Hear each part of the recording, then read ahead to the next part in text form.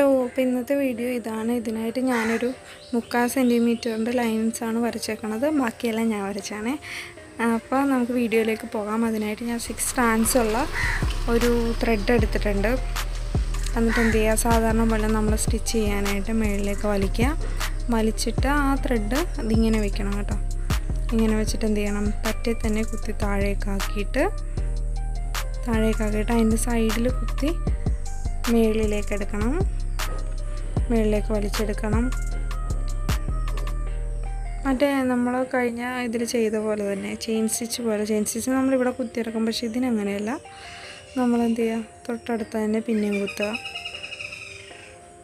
എന്നിട്ട് എന്ത് ചെയ്യുക, അപ്പുറത്തെ സൈഡിൽ ആ വരയിൽ തന്നെ കുത്താൻ നോക്കണം കേട്ടോ, എന്നാലേ ആ ഒരു കറക്റ്റ് ഇതിൽ കിട്ടുള്ളൂ.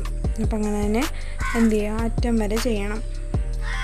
അങ്ങനെ തന്നെ എടുക്കുക. പിന്നെ കളറൊക്കെ നിങ്ങൾക്ക് ഇഷ്ടമുള്ള പോലെ നമുക്ക് ചേഞ്ച് ചെയ്യാം, അതൊക്കെ നമ്മുടെ ഇഷ്ടമാണ്.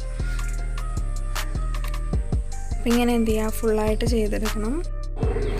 ഇടക്കിടക്കൊക്കെ കിളിയുടെ ശബ്ദവും കേൾക്കുന്നുണ്ട്. വിമാനം പോണ്. എൻ്റെ ദൈവമേ, വീഡിയോ എടുക്കാൻ നേരത്തന്നില്ല കിട്ടിയത്. ഇനി ഇതിൻ്റെ അകത്തായിട്ട് ഞാൻ പേൾസ് കൊടുക്കാമെന്ന് ഉദ്ദേശിക്കണം. ഇങ്ങനെ വെച്ചിട്ടൊരു ഭംഗിയില്ലല്ലോ.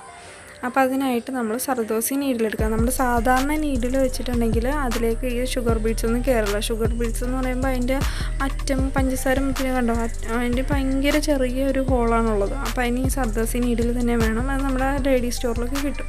എന്നിട്ട് ഞാനിതിൽ ഒരു വൈറ്റ് കളറ് പേള് കൊടുക്കുന്നുണ്ട്. പിന്നെ എൻ്റെ കയ്യിലൊരു മൾട്ടി കളറായിട്ടുള്ള ഒരു ഷുഗർ ബീഡും കൂടിയുണ്ട്. അതിനൊരു പച്ച, പിന്നെ എന്താണ്, ഒരു കറുപ്പ്, ചുമല, അങ്ങനെ എല്ലാം കൂടി കലർന്നൊരു കളറാണ്. പക്ഷേ ക്യാമറയിൽ കാണുമ്പോൾ ഒരു ഗ്രീൻ കളറായിട്ടാണ് കാണുന്നത്. പക്ഷേ അതല്ല കേട്ടോ, ഒരു മൾട്ടി കളറാണ്. അങ്ങനെയും കൊടുത്തിട്ടുണ്ട്. പിന്നെ ഒരു വൈറ്റ് ആദ്യം കൊടുത്തിട്ട് 3 എണ്ണം ഈ മറ്റേ മുത്ത് കൊടുക്കണം. എന്നിട്ട് പിന്നെ ഒരു വൈറ്റ് കൊടുത്തിട്ടുണ്ട്. ഇനി എന്ത് ചെയ്യുക, താഴത്തേക്ക് കുത്തി വെക്കാം. ഇനി അതുപോലെ തന്നെ നമ്മൾ എല്ലാത്തിനും ചെയ്തെടുക്കണം.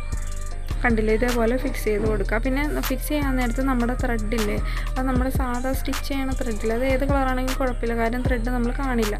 അപ്പം നമ്മുടെ സാധാ നൂലില്ലേ, ഈ നമ്മൾ തുന്നുന്ന നൂല്, അതിൻ്റെ ഒരു ലെയർ എടുത്താൽ മതി.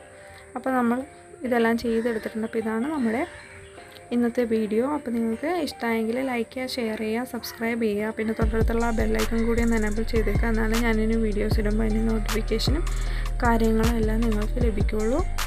അപ്പോൾ ഇനി അടുത്ത വീഡിയോയിൽ കാണാം. Bye bye.